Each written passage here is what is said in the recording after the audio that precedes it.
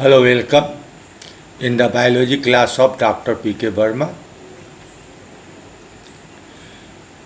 In the last session, I had discussed gradual development of male and female genital systems in different phyla of Chordata. Now, we shall discuss how gametogenesis takes place in animals. At first, we should start male genital system.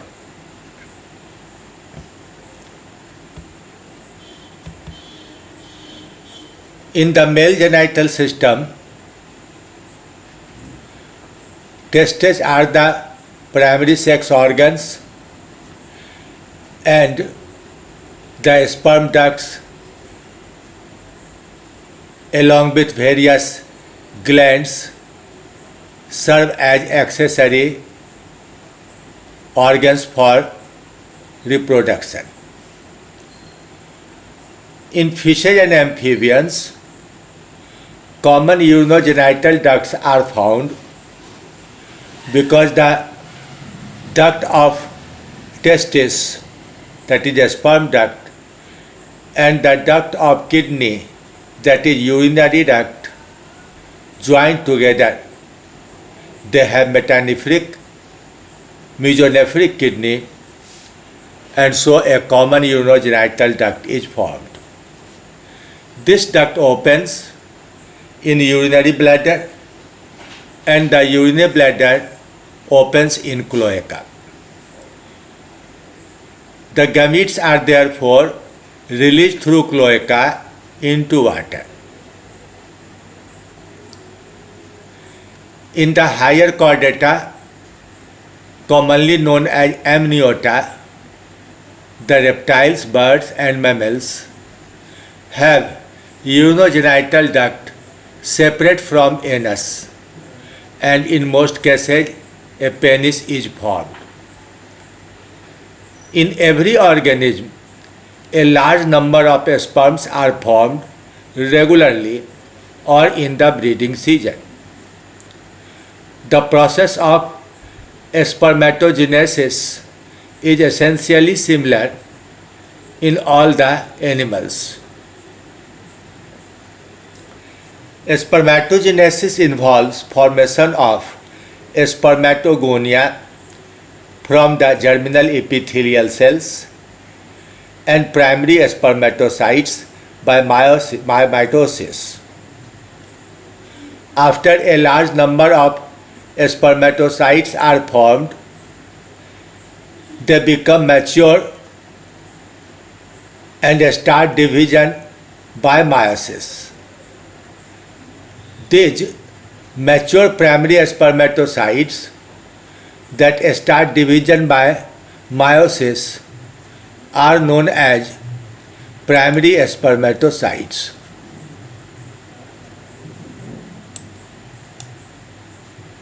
These are the primary spermatocytes that develop from spermatogonial cells. Here are the spermatogonial cells. Now, the meiosis occurs in two successive divisions. In the first division, two secondary spermatocytes are formed, and in second division, two spermatids are formed. Therefore, there are total 4 spermatids produced from a primary spermatocyte. These spermatids differentiate into spermatozoa, develop tail and become motile. When we shall study human reproduction, we shall discuss role of a special cell in such differentiation. It is called Sertoli cells.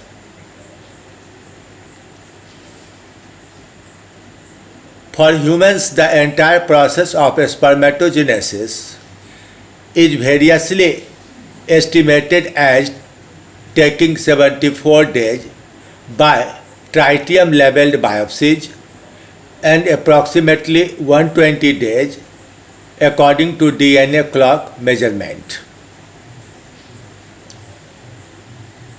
Including the transport in genital duct, it takes 3 months, a long time. Testes produce 200 to 300 million spermatozoa daily. However, only about half or 100 million of these sperms become viable. Here you see the spermatogonial cells that are formed by mitosis of the germinal epithelium. They become mature to form primary spermatocyte. Now, after meiosis 1, they form the secondary spermatocytes, and again by meiosis 2, they form the spermatids. Now these 4 spermatids differentiate into sperms or spermatozoa. It is the fine structure of spermatozoa. Here there is a nucleus. In different animals, shape of nucleus varies, and accordingly shape of the head also varies. Anterior to the nucleus, there is a condensed Golgi complex forming acrosome. It stores a number of enzymes that are helpful in fertilization. Behind the head, there is a midpiece, and the midpiece contains a number of mitochondria that by oxidation respiration provides ATP to the flagellum or tail that helps in movement of these spermatozoa. They have to take long journey if fertilization is internal, and more than 50% cannot pass deeper into fallopian tube and fertilize the ovum.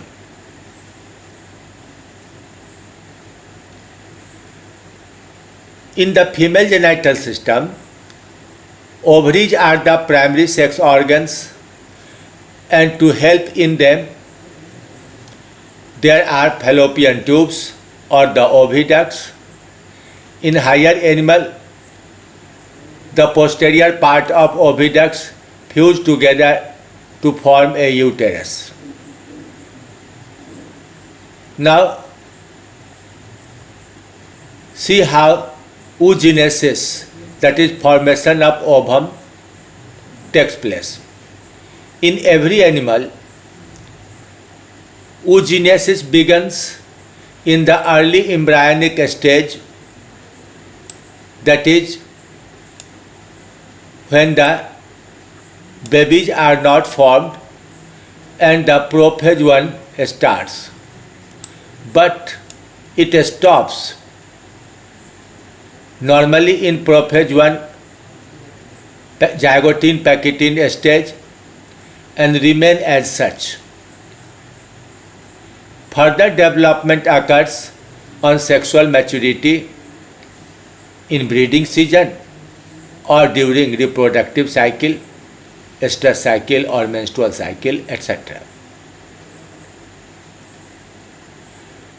The eggs are normally released in secondary spermatocyte stage, and fusion of sperm takes place with secondary spermatocyte. However, nuclear fusion does not take place. Meiosis II is completed after entry of a sperm or its head, and the second polar body separates. Thereafter, the female pronucleus is haploid, and therefore the male pronucleus can fuse with them to form diploid zygote. Now see, the upper cell, first cell is oogonial cell, and oogonial cell becomes mature to form the primary oocyte. When meiosis 1 occurs, two unequal cells are formed. One is larger, it is known as secondary oocyte, and another is very small, it is called polar body, first polar body. It normally dies. Now, secondary oocyte divides by meiosis 2, and again two unequal cells are formed. One forms the oocyte or ovum, and another forms the second polar body. So, there is sorting of chromosome, and from only one oogonium or one primary oocyte, only one ovum is formed.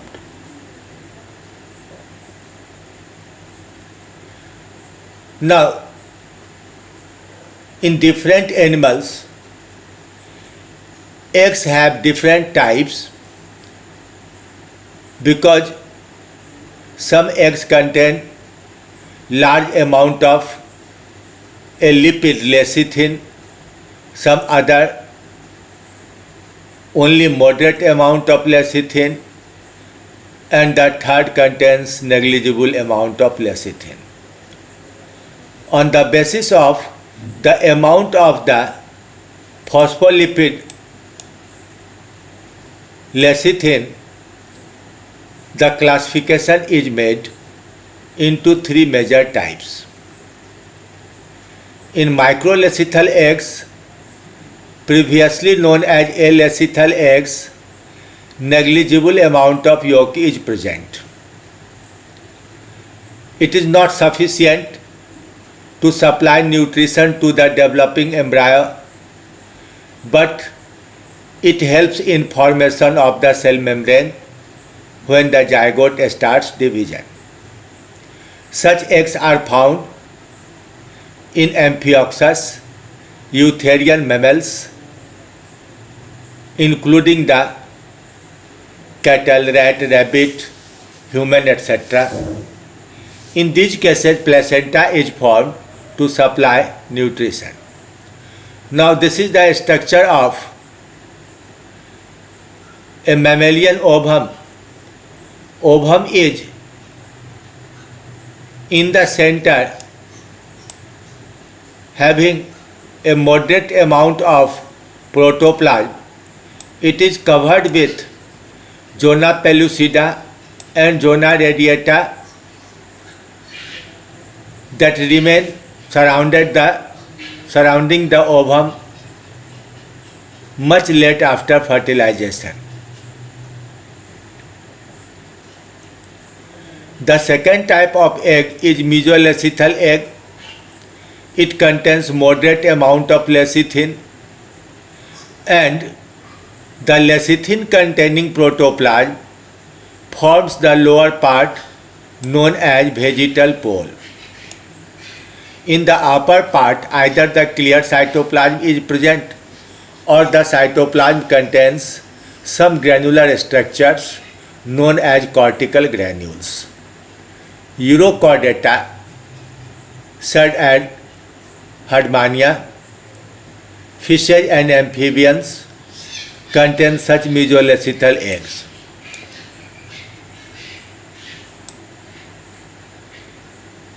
Because the nutrition is not sufficient to form embryo completely, an intermediate stage known as larva is formed.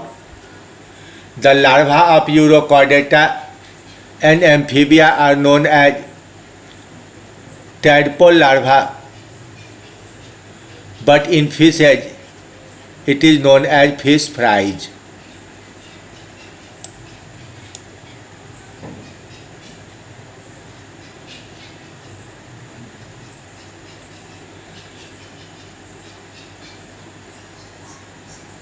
Now look at the diagram. The lower half containing brownish structure contains yolk mixed cytoplasm, whereas the upper part contains pure cytoplasm. The ovum is surrounded with mucus for protection and for heating the ovum. Now after fertilization, the amphibian eggs have three zones. The upper zone has pigmented cytoplasm. In one side there is dark grey crescent. In this part a sperm had entered and the lower part contains yolk mixed cytoplasm. So in these animals, eggs have two parts before fertilization and three parts after fertilization, and therefore fate of every part of the zygote is definite from the very beginning.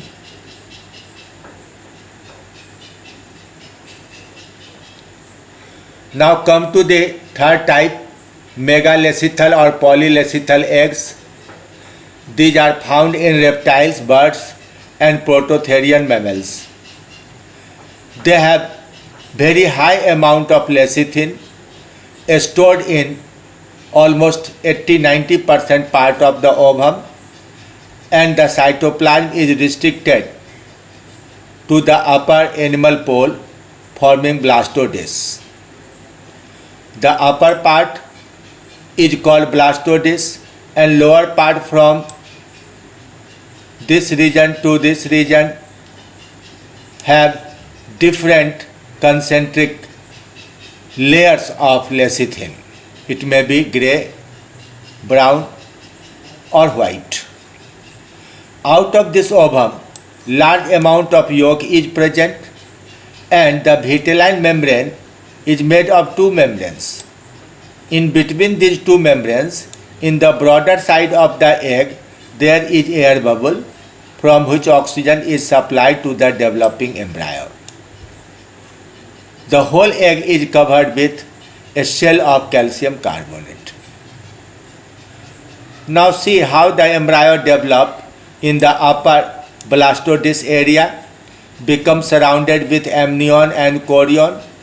In the lower part, only chorion is present, and second yellowish and reddish part forms the yolk sac.